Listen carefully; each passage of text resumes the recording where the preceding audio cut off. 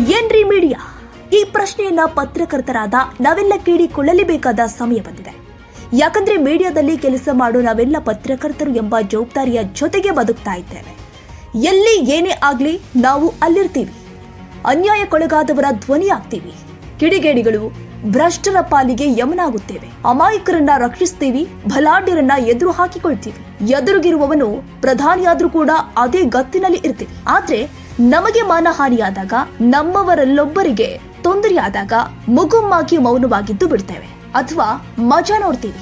ಇವತ್ತು ಬಹುತೇಕ ಎಲ್ಲಾ ವೃತ್ತಿಗಳಲ್ಲೂ ಅವರದ್ದವರದ್ದೇ ಆದ ಸಂಘಟನೆಗಳು ಇವೆ, ಅಸೋಸಿಯೇಷನ್ಸ್ಗಳು ಇವೆ. ಒಬ್ಬ ಚಾಲಕನಿಗೆ ತೊಂದರೆಯಾದ್ರೆ ಎಲ್ಲ ಚಾಲಕರು ಒಟ್ಟಾಗ್ತಾರೆ. ಒಬ್ಬ ಕಾರ್ಮಿಕನ ನೆರವಿಗೆ ಎಲ್ಲರೂ ಕೂಡ ನಿಲ್ತಾರೆ. ಆದ್ರೆ ನಮ್ಮವರೊಬ್ಬರು ವಿನಾಕಾರಣ ತೊಂದರೆಗೆ ಒಳಗಾದ್ರೂ ಕೂಡ ನಾವು ಸುಮ್ಮನಿದ್ದು ಬಿಡ್ತೀವಿ. ಎಲ್ಲೋ ಪ್ರೆಸ್ ಮೀಟ್ಗಳಲ್ಲಿ, ಬೇರೆ ಕಡೆಯಲ್ಲಿ ವರದಿಗಾರರ ಮೇಲೆ ಹಲ್ಲೆಯಾದಾಗ ಆಯಾ ಚಾನೆಲ್ಗಳು, ಪತ್ರಿಕೆಗಳು ಧ್ವನಿ ಎತ್ತತ್ತೆ ಬಿಟ್ರೆ ಬೇರೆ ಚಾನೆಲ್ಗಳು, ಪತ್ರಿಕೆಗಳು ಊಹಂ ಸುಳ್ಳೆತ್ತುವುದಿಲ್ಲ. ಯಾಕೀಗೆ? ಕಳೆದೆರಡು ದಿನಗಳಿಂದಾಗುತ್ತಿರುವ ಬೆಳವಣಿಗೆಗಳನ್ನೇ ಗಮನಿಸ್ತಾ ಇದ್ರೆ ನಿಮ್ಗೆಲ್ಲ ನಾನು ಹೇಳ್ತಾ ಇರುವ ವಿಚಾರ ಬೇಗ ಅರ್ಥವಾಗಿ ಬಿಡುತ್ತೆ. ಏಷ್ಯಾನೆಟ್ ಸುವರ್ಣ ನ್ಯೂಸ್ನ ಸಂಪಾದಕ ಅಜಿತ್ ಹನುಮಕ್ಕನವರ ಬಗ್ಗೆ ದರ್ಶನ್ ಅಭಿಮಾನಿಗಳು ಹಾಗೂ ಅವರಿಗಾಗದ ಎಡಚರ ಕಾರ್ಯಕರ್ತರು ನಡೆಸ್ತಾ ಇರುವ ತೇಜೋವಧಿಯನ್ನ ನಾವೆಲ್ಲ ಸುಮ್ಮನೆ ನೋಡುತ್ತಾ ಕುಳಿತುಕೊಂಡಿದ್ದೀವಿಯೇ ಹೊರತು ಯಾರು ಕೂಡ ಬಾಯ್ ಬಿಡ್ತಾ ಇಲ್ಲ. ಇನ್ನು ಅಜಿತ್ ಜೊತೆಗೆ ನಿಲ್ಲುವ ಮಾತು ಯಾರಿಂದಲೂ ಕೂಡ ಬರ್ತಾ ಇಲ್ಲ. ಅಷ್ಟಕ್ಕೂ ಅಜಿತ್ ಅವರ ತೇಜೋವಧಿ ಮಾಡುತ್ತಿರುವವರಾದ್ರೂ ಯಾರು? ಸೈದ್ಧಾಂತಿಕ ಭಿನ್ನಾಭಿಪ್ರಾಯವೊಂದು ಇಷ್ಟೊಂದು ನೀಚತನಕ್ಕೆ ಇಳಿಯುತ್ತೆ ಎಂಬುದನ್ನ ತೋರಿಸಿಕೊಟ್ಟ ಈತ ಕೂಡ ಒಬ್ಬ ಪತ್ರಕರ್ತನೆ ಎಂಬುದು ಮತ್ತೊಂದು ವಿಪರ್ಯಾಸ.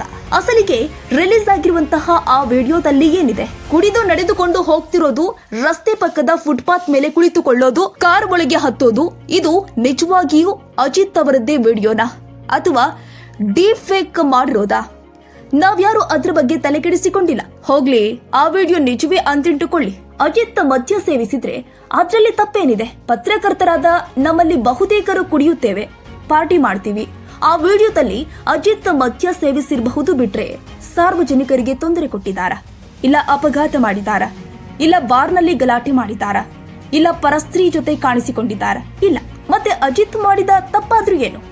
ಇಲ್ಲಿ ಯಾವುದು ತಪ್ಪು? ದರ್ಶನ್ ಎಂಬ ಕೊಲೆಗಾರ ನಟನ ವಿರುದ್ಧ ನಿರಂತರ ವರದಿ ಮಾಡಿರುವುದು ತಪ್ಪ? ಅವನ ಕೃತ್ಯವನ್ನ ಬಟಾ ಬಯಲು ಮಾಡಿರೋದು ತಪ್ಪ?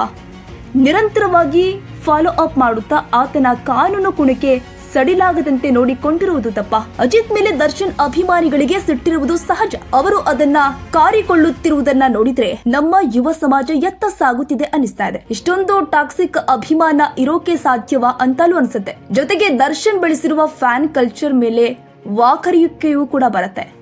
ಇನ್ನು ಇದನ್ನ ಸರಿಯಾಗಿ ಬಳಸಿಕೊಳ್ಳುತ್ತಿರುವ ಸೆಕ್ಯುಲರ್ಗಳದ್ದು ಸಹಜ ಪ್ರತಿಕ್ರಿಯೆ. ಆದ್ರೆ ಅದೇ ರೀತಿಯಲ್ಲಿ ಇರುವಂತಹ ನಮಗೇನಾಗಿದೆ?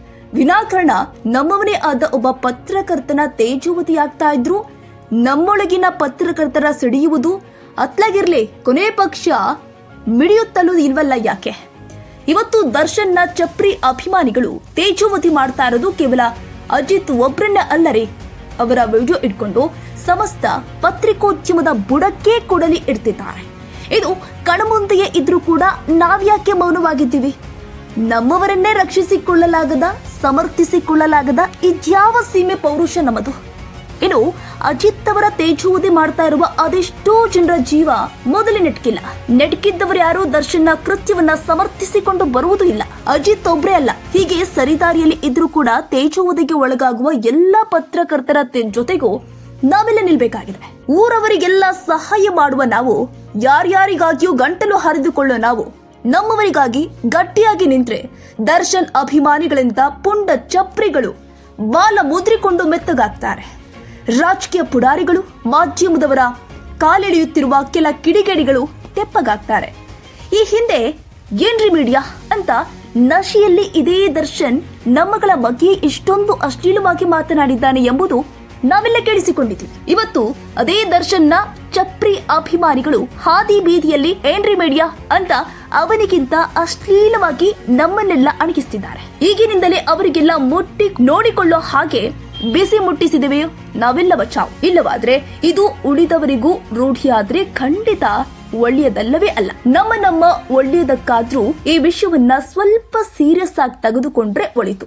ಇಲ್ಲ ನಾವೇ ಎಣ್ಣೆ ಹೊಡೆಯುತ್ತಾ ಅಜಿತ್ ಕುಡಿದಿದ್ದನ್ನ ಗೇಲಿ ಮಾಡಿ ಮಜಾ ತೆಗೆದುಕೊಂಡಿವೋ ನಮ್ಮ ತೇಜುವುದಕ್ಕೆ ನಾವೇ ಶರ ಬರೆದುಕೊಂಡಂತೆ. ಈಗಲಾದ್ರೂ ಎಚ್ಚರವಾಗಿರೋಣ. ಎನ್ರಿ ಮೀಡಿಯಾ ಎನ್ನುವ ಪುಡಾರಿಗಳಿಗೆ ಮೀಡಿಯಾ ಅಂದ್ರೇನು ಎಂಬುದನ್ನ ಯಾವತ್ತೂ ಮರೆಯದ ಹಾಗೆ ಬುದ್ಧಿ ಕಲಿಸೋಣ.